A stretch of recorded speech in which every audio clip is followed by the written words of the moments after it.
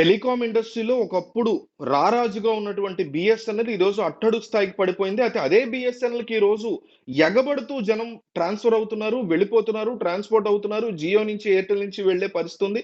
దానికోసం రతన్ టాటా ఏ రకమైనటువంటి నిర్ణయం తీసుకున్నారు? అసలు ఏంటి? ఈ బిఎస్ఎన్ఎల్ యొక్క ప్రారబ్ధం ఏంటి? ఎక్కడి నుంచి స్టార్ట్ అయ్యి ఏ రకంగా వాళ్ళ డౌన్‌ఫాల్ ఉంది? మళ్ళీ ఇప్పుడు అప్పయ్యే పరిస్థితి ఉందా? జియో లాంటి ఒక మెగా మాన్స్టర్ కార్పొరేట్ కంపెనీ మీద గెలిచేటువంటి సత్తా కేవలం ఒక ప్రభుత్వ సంస్థల బిఎస్ఎన్ఎల్ లాంటి ప్రభుత్వ సంస్థకు ఉండగా పైగా నరేంద్ర మోడీ లాంటి వాళ్ళు అధికారంలో ఉన్నప్పుడు ఇది సాధ్యమయ్యేటువంటి పనేనా అనే దాని గురించి మనం ఒకసారి చూద్దాం. ఈ వీడియో అయ్యాక మన ఛానల్ షార్ట్స్ ఒకటి చూడండి. షార్ట్స్ అయితే చూడండి. ఎందుకనేది మళ్ళీ చెప్తా. బిఎస్ఎన్ఎల్‌కి జనాలు విపరీతంగా షిఫ్ట్ అయ్యే పరిస్థితి నడుస్తుంది. మొదట్లో బిఎస్ఎన్ఎల్ సర్వీస్ స్టార్ట్ అయినా వెనకబడి ఉండేది. దానికి చాలా కారణాలున్నాయి. బిఎస్ఎన్ఎల్‌లో ఎంప్లాయీస్ అంటే ప్రభుత్వ సంస్థల్లో పనితీరు మన దేశంలో స్వతంత్రం వచ్చిన తర్వాత ప్రభుత్వానికి సంబంధించిన సంస్థలు, ప్రభుత్వ ఉద్యోగం అంటే బేవర్స్‌గా కూర్చొని దొబ్బి తింటాం అనేటువంటి ఉద్దేశంలో 90% సిస్టమ్ ఉండేది. 95% ఎంప్లాయీస్ కూడా అట్లాగే ఉండేవారు. మా పేరెంట్స్ కూడా గవర్నమెంట్ ఎంప్లాయీసే. అందుకే చెప్తున్నా. దాంట్లో మొహమాటం లేదు. సో, ప్రభుత్వానికి సంబంధించినటువంటి సంస్థలు లేదా ప్రభుత్వానికి సంబంధించిన ఉద్యోగాలు అంటే తినడం, కూర్చోవడం, హ్యాపీగా సాలరీ తీసుకోవడం అనేటువంటి ఒక రాంగ్ అజంప్షన్‌ని గడిచిన దశాబ్దాలుగా క్రియేట్ చేసేసారు. ఇప్పటికీ దాన్ని తొలగించకపోగా ప్రైవేట్ సంస్థలుగా మార్చేస్తున్నారు ప్రభుత్వం యొక్క సంస్థల్ని. దాంతో పాటుగా ఈ ప్రైవేట్ సంస్థలు ఏవైతే ఉంటాయో రిలయన్స్ కావచ్చు, ఎయిర్‌టెల్ కావచ్చు, అప్పట్లో ఉండే వోడాఫోన్ కావచ్చు, హచ్ వోడాఫోన్ మారింది కదా! ఇంకా టాటా డోకోమో ఇట్లా చాలా ఉండేవి కదా! ఇవన్నీ కలిసి బిఎస్ఎన్ఎల్ ఎక్కువ కనెక్షన్స్ ఉండడం వల్ల దేశవ్యాప్తంగా బిఎస్ఎన్ఎల్ కనెక్షన్స్ మా చిన్నప్పుడు ఇప్పుడు జియో ఎంతుందో అప్పుడు బిఎస్ఎన్ఎల్ అంత ఉండేది మీకు తెలీదేమో. అయితే ఈ బిఎస్ఎన్ఎల్‌లో ఉన్నటువంటి టాప్ ఎంప్లాయీస్ అందరిని బ్రైబ్ చేసి, ఈ ప్రైవేట్ సంస్థలన్నీ కూడా వాళ్ళని బ్రైబ్ చేసి ఎస్పెషల్లీ ఎయిర్‌టెల్ అప్పట్లో కాంగ్రెస్ గవర్నమెంట్ ఎయిర్‌టెల్‌కి విపరీతంగా సపోర్ట్ చేసేది. సో, కాంగ్రెస్ ప్రభుత్వం ఈ పెద్దల యొక్క హెల్ప్‌తో ఈ బిఎస్ఎన్ఎల్ యొక్క అధికారులందరిని కూడా తీవ్రంగా బ్రైబ్ చేసి, కొనేసి బిఎస్ఎన్ఎల్ యొక్క స్థాయి పడిపోయేలాగా చేశారు ఎయిర్‌టెల్ వాళ్ళు. ఆ తర్వాత వచ్చినటువంటి జియో వాళ్ళు అనేటువంటి ఆరోపణలైతే తీవ్రంగా ఉన్నాయి. అందుకే ఎయిర్‌టెల్ గాని, వోడాఫోన్ గాని, డోకోమో గాని, హచ్ గాని జనంలోకి బాగా వెళ్ళినటువంటి పరిస్థితి. ఇప్పుడున్నటువంటి ప్రభుత్వాన్ని మనం తిట్టుకుంటాం. జియో తీసుకొచ్చింది, జియోకి హెల్ప్ చేస్తున్నారని. కానీ గతంలో కాంగ్రెస్ ప్రభుత్వం నేను ఎప్పుడు అదే చెప్తా. ఏ ప్రభుత్వం అయినా సరే వాళ్ళకి కావాల్సిన వాళ్ళని ఊడిగం చేసుకోవడానికి అధికారంలోకి వస్తారు తప్ప, కాంగ్రెస్ అనండి, బీజేపీ అనండి, రాష్ట్రాల్లో ఉండే రేవంత్ అనండి, కేసీఆర్ అనండి, జగన్ అనండి, చంద్రబాబు, పవన్ కళ్యాణ్ అనండి ఎవ్వరైనా సరే వాళ్ళకి కావాల్సిన వాళ్ళని బెనిఫిట్ చేసుకోవడానికి చేస్తారు తప్ప మన కోసం లేదా ప్రభుత్వ సంస్థలు నిలబడితే మనల్ని నిలబెట్టినట్టు అవుతది. అవి కూడా చేసేటువంటి ఆలోచనలు చేయరు. సో, మొదట్లో ఎయిర్‌టెల్ ఐడియా చాలా బాగా వర్కౌట్ అయ్యేది. ఆ తర్వాత ఎయిర్‌టెల్ కూడా ఐడియా గాని, ఎయిర్‌టెల్ గాని ఇవన్నీ కూడా వెంటనే వెళ్ళిపోయినటువంటి పరిస్థితి. 2000 టైంలో ఎయిర్‌టెల్ బాగా వర్కౌట్ అయింది. 2016లో జియో మార్కెట్‌లోకి వచ్చిన తర్వాత తన రేట్లతో ప్రజల్ని విపరీతంగా ఆకర్షించింది. అయితే జియో తన 3జీ టెక్నాలజీతో చాలా అద్భుతమైనటువంటి నెట్వర్క్‌ని ఇచ్చేది. అదే టైంకి బిఎస్ఎన్ఎల్ గాని, ఎయిర్‌టెలే పోటీ పడలేకపోయినప్పుడు ఇక బిఎస్ఎన్ఎల్ పోటీ పడేది ఏముంటది? తన గుజరాత్‌కి సంబంధించినటువంటి ముఖేష్ అంబానీ కోసం నరేంద్ర మోడీ కానీ, ఆయన ప్రభుత్వం గాని పనిచేసిందనడంలో ఎటువంటి ప్రశ్న లేదు చాలా మందికి తెలుసు. బిఎస్ఎన్ఎల్ కానీ, ఎంటీఎన్ఎల్ కానీ చాలా దారుణంగా పడిపోయాయి. జియో వచ్చిన తర్వాత వాళ్ళకి సాలరీలు ఇవ్వలేని పరిస్థితి వచ్చింది. దాదాపు 1,74,000 మంది బిఎస్ఎన్ఎల్ ఎంప్లాయీస్‌ని 30% మందిని వాలంటరీ రిటైర్మెంట్ బలవంతంగా ఇప్పించినటువంటి పరిస్థితి. అంటే 53,000 మంది ఎంప్లాయీస్‌ని ఒక్కసారిగా బిఎస్ఎన్ఎల్ కోల్పోయే పరిస్థితి వచ్చింది. బిఎస్ఎన్ఎల్ ప్రాపర్టీస్‌ని కూడా గవర్నమెంట్ ఆక్యుపై చేసుకోవడం మొదలెట్టింది. ఎట్లా అయితే ప్రైవేటైజేషన్ చేస్తున్నారో స్టీల్ ప్లాంట్‌ని అట్లాగే బిఎస్ఎన్ఎల్ కూడా ప్రైవేటైజేషన్ చేయడం అనేది అప్పటి నుంచి స్టార్ట్ అయింది. చేసేసారు సక్సెస్‌ఫుల్‌గా. ఎల్ఐసీని చేశారు. ప్రభుత్వ రంగ సంస్థల్ని ప్రైవేటైజేషన్ చేయకూడదు. ఎందువల్లంటే ప్రభుత్వమే ఒక సరైన బిజినెస్‌ని క్రియేట్ చేయడం వల్ల ప్రభుత్వ ఉద్యోగాలను క్రియేట్ చేస్తూ ప్రైవేటైజేషన్‌లా కాకుండా వచ్చినటువంటి సొమ్మును మళ్ళీ ప్రజలకో లేకపోతే ఆ సంస్థలకో ఉపయోగించే అవకాశం ఉంటుంది. ప్రైవేటైజేషన్ చేసిన తర్వాత జీతం మాత్రమే ఇస్తారు గానీ వచ్చినటువంటి డబ్బు మొత్తాన్ని కూడా వాళ్ళ పాకెట్‌లో వేసుకుంటారనేది మనం గుర్తుపెట్టుకోవాలి. ఎప్పుడైనా ఒక మనిషిని ట్రస్ట్ చేయకూడదు. యాస్ ఎ ఫార్మాట్‌లో మనందరం ఒక సంస్థగా, ఒక వ్యవస్థగా మనందరం సృష్టించుకున్న ప్రభుత్వ రంగ సంస్థలను నమ్మాలి తప్ప ముఖేష్ అంబానీని కాదు, ఎయిర్‌టెల్ సంబంధించినటువంటి ఓనర్స్‌ని కాదు, ఇంకొక ప్రైవేట్ వ్యక్తిని కూడా నమ్మకూడదని. మీరు పెట్టిన కంపెనీ, నేను పెట్టిన కంపెనీ ఇదే జియో, ఎయిర్‌టెల్ మీది నాదైనా కూడా మనల్ని యాక్సెప్ట్ చేయకూడదు. ప్రభుత్వ రంగ సంస్థలు మాత్రమే పర్ఫెక్ట్‌గా నిలవాలి. ఎందుకంటే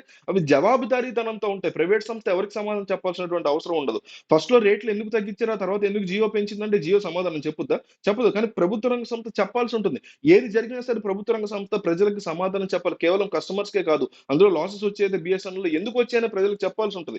ఇదంతా కూడా ప్రభుత్వ రంగ సంస్థలు అందుకే ఎదగాలని కోరుకుంటారు నాలాంటి వాళ్ళు. కొంతమంది తెలివైనటువంటి సర్వీస్ ఓరియెంటెడ్ బిఎస్ఎన్ఎల్ ఎంప్లాయీస్ చాలా కష్టపడ్డారు. అంటే బిఎస్ఎన్ఎల్ నిలబెట్టాలి, బిఎస్ఎన్ఎల్ కొంచెమన్నా మార్కెట్‌ని తట్టుకునేలా ఉండాలి. అందువల్ల కొంచెం ఒక మైన్యూట్ 2% ఆఫ్ ద నంబర్స్ ఇప్పటికి గూడా ఉన్నాయని చెప్పుకోవచ్చు మార్కెట్‌లో. కేవలం అలా కష్టపడే ఎంప్లాయీస్ బిఎస్ఎన్ఎల్ పట్ల ప్రేమతో అంటే కంపెనీ ఇందాక చెప్పాను 90% మాత్రం అట్లా ఉంటారని. మిగతా 10%లో కూడా 5% కాస్త బాధ్యతాయుతంగా ఉంటే, ఇంకా 5% చాలా బాధ్యతాయుతంగా తమ సంస్థ నిలబడాలి. నేను చెప్పా కదా! ప్రభుత్వ రంగ సంస్థలు కోరుకుంటాం మాలాంటి వాళ్ళు. అట్లాంటి వాళ్ళు ఉండుండొచ్చు. వాళ్ళందరూ కూడా ఎంతో పోరాటం చేశారు. కానీ అయినా గాని బిఎస్ఎన్ఎల్ డౌన్ అయిపోయింది. డిజాస్టర్ అయిపోయింది. అయినా సరే 2% మాత్రం అట్లా ఉంటూ వచ్చింది. బిఎస్ఎన్ఎల్ టవర్స్‌ని గూడా ఎన్నో చోట్ల ఎన్నో వేలాది బిఎస్ఎన్ఎల్ టవర్స్‌ని గూడా జియో, ఎయిర్‌టెల్‌కి ఇచ్చేసినటువంటి సిట్యుయేషన్స్ ఎన్నో ఉన్నాయి. 13,000 బిఎస్ఎన్ఎల్ టవర్స్‌ని ప్రైవేట్ నెట్‌వర్క్‌కి ఇచ్చారు. దాంట్లో 9,000 జియోకి, ఒక 1000 వోడాఫోన్‌కి ఇచ్చినటువంటి సిట్యుయేషన్స్ ఉన్నాయి. సో 9,000 ఎయిర్‌టెల్‌కి అని మీరు అనుకోవచ్చు. బిఎస్ఎన్ఎల్ ఎంత టవర్స్ ఉన్నప్పుడు వీళ్ళంత ప్రైవేట్ సెక్టార్‌కి ఎందుకు ఇచ్చేసారు? వాళ్ళే డెవలప్ అవ్వచ్చు కదా అనుకుంటారు. కానీ ఇదంతా ముఖేష్ అంబానీ కోసం అన్‌అఫీషియల్‌గా అధికారులు మేనేజ్ చేసి నెట్వర్క్ ఇంక్రీజ్ చేసుకున్నాడు అనేటువంటి ఆరోపణలు తీవ్రంగా ఉన్నాయి. మనం గవర్నమెంట్ ఏర్పాటు చేసి ప్రజలకు ఉపయోగపడాల్సినటువంటి టవర్స్‌ని అప్పనంగా ప్రైవేట్ సెక్టార్‌కి తక్కువ ధరకి ఇచ్చేసింది నరేంద్ర మోడీ ప్రభుత్వం. గతంలో ఎయిర్‌టెల్ కోసం చేసింది కాంగ్రెస్ పార్టీ ఇట్లాగే ఇక నెక్స్ట్ లెవెల్‌కి వెళ్లి నరేంద్ర మోడీ ప్రభుత్వం ఈ రకంగా బీజేపీ ప్రభుత్వం వీళ్ళకి చేశారు. జియో ఏమో 3 నుంచి 5జీకి ఎదిగితే బిఎస్ఎన్ఎల్ ఏమో ఇంకా 3జీలోనే ఉండిపోయింది. జియో ప్రజలకు చాలా చౌక ధరకి అలవాటు చేసేసి నెట్వర్క్‌లో ఒక మోనోపోలీని పెంచుకుంది. ఇప్పుడు కొత్తగా 20% చార్జెస్ పెంచింది.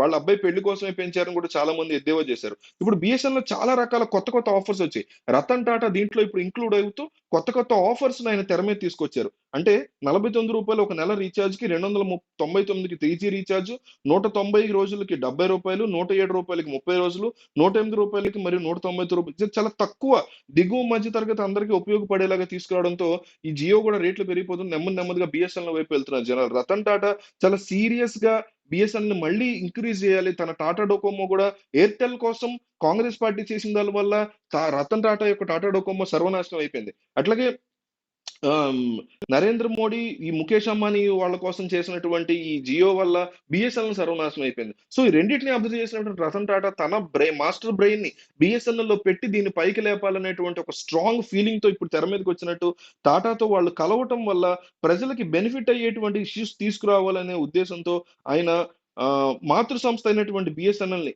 మళ్ళీ నిలబెడదాము అనేసి టాటా, బిఎస్ఎన్ఎల్ కలిసి ఇప్పుడు తీసుకొస్తున్నటువంటి కొత్త ఆఫర్‌లు గాని, కొత్త ప్లాన్స్ గాని, మరి జియో ఆల్రెడీ ఒక పెద్ద మాన్‌స్టర్ మోనోపోలీ లాగా ఆల్రెడీ ఉన్నటువంటి ఒక స్థానంలో ఉన్నప్పుడు ఇది సాధ్యం అవుతుందా లేదా అనేది ప్రశ్న. మోనోపోలీస్ అనేవి ఎప్పుడు కూడా ఎక్కడ కూడా ఉండకూడదు.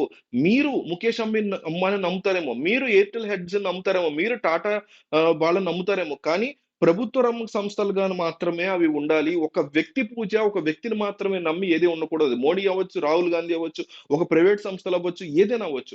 యాస్ ఎ సిస్టమ్ ఒక జవాబుదారీతనం ఒక బీజేపీ ప్రభుత్వం పనిచేయాలి. ఒక కూటమి ప్రభుత్వం పనిచేయాలి. ఒక వైసీపీ ప్రభుత్వం పనిచేయాలి. లేకపోతే ఒక కాంగ్రెస్ ప్రభుత్వం పనిచేయాలి. ఒక కాంగ్రెస్ ప్రభుత్వం, ఒక కేసీఆర్ టీఆర్ఎస్ ప్రభుత్వం పనిచేయాలి. అంతేగాని కేసీఆర్ ప్రభుత్వాలు, జగన్ ప్రభుత్వాలు, చంద్రబాబు పవన్ కళ్యాణ్ ప్రభుత్వాలు పనిచేయకూడదు. వ్యవస్థ అనేది ఒక కంబైన్డ్ ఆహ్, యునానిమస్‌గా అందరిది కలిపి ఉండాలి తప్ప, కేవలం ఒక వ్యక్తిని నమ్ముకొని ఈడు మంచోడు అనేసి ఇతని వ్యక్తి మీద మాత్రం మంచోడు, చెడ్డోడు అనేది కొన్నాళ్ళ తర్వాత అది మారిపోతూ వాళ్ళ నిజ స్వరూపాలు బయటపడినప్పుడు జరుగుతుంది తప్ప, వ్యవస్థ అనేది అందరి క్రోడీకృతంగా అందరి యొక్క ఆలోచనల సమ్మిళితమై ఉండాలి తప్ప, ఒక మోడీ గొప్ప, ఒక రాహుల్ గాంధీ గొప్ప కాబట్టి వీళ్ళే నడిపించాలి మా దేశాన్ని అని మనం ఎప్పుడైతే అనుకుంటామో, అది ఒక బానిసత్వం వైపు, ఒక వ్యక్తి పూజ వైపు, వాళ్ళకి ఓకే నన్నే నమ్ముకొని బతుకుతున్నారు ఇంతమంది సో నేనేమైనా చేయొచ్చు అనేటువంటి ఒక అహంకారం వైపు, ఒక నెగెటివ్ ధోరణి వైపు ఎలా అయితే తీసుకెళ్తుందో పాలిటిక్స్‌లో, అట్లాగే బిజినెస్‌లు కూడా ప్రభుత్వ రంగ సంస్థలు ఏవైతే ఆల్రెడీ ఉన్నాయో, వాటిని మూసేయడం వల్ల ఇవి మాన్‌స్టర్ మోనోపోలీలుగా మారుతాయి. ఈరోజు టాటా వచ్చి చేసినా కూడా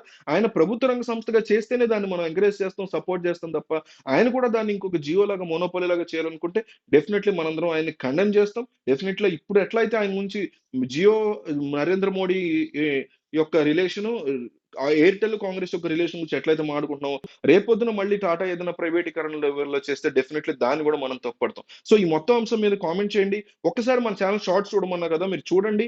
రకరకాల ఇన్ఫర్మేషన్ నేను కవర్ చేస్తాను. మీరు గనక సబ్స్క్రైబ్ చేసుకునేటట్టయితే షార్ట్స్ చూసి మీరు డిసైడ్ అవ్వండి. సబ్స్క్రైబ్ చేసుకోవాలా వద్దా మీ ఇష్టం. ఒకవేళ చేసుకుంటే మాత్రం కంపల్సరీ బెల్ ఐకాన్ పక్కనే ఉంటది కొట్టండి. ఎందువల్లంటే నేనంత కష్టపడి లేతే మీరంత ఇష్టపడి ఈడు బానే మాట్లాడుతున్నాడురా ఏదో ఇన్ఫర్మేషన్ ఉందిరా అనుకోని సబ్స్క్రైబ్ చేసుకున్నా గూడా మీకు నోటిఫికేషన్ వెంటనే రాదు. సబ్స్క్రైబ్ చేసుకోకపోతే. బ్రేకింగ్ న్యూస్, టీటీడీ గురించి, లేకపోతే ఉద్యోగాలు గాని, క్రికెట్ గాని, వాట్సాప్ గాని రకరకాల ఇన్ఫర్మేషన్, వెరీ ఇన్ఫర్మేటివ్ వీడియోస్ నేను షార్ట్స్‌లో షేర్ చేస్తున్నా. మెయిన్ వీడియోస్ గురించి షార్ట్స్‌లో షేర్ చేస్తున్నా. సో, అది దాన్ని బేస్ చేసుకొని మీరు సబ్స్క్రైబ్ చేసుకోవాలనుకుంటే బెల్ ఐకాన్ కంపల్సరీ కొట్టండి. దానివల్ల ఏమవుతదంటే నేను వీడియో షార్ట్ పోస్ట్ చేయగానే మీకు వెంటనే నోటిఫికేషన్ వస్తది.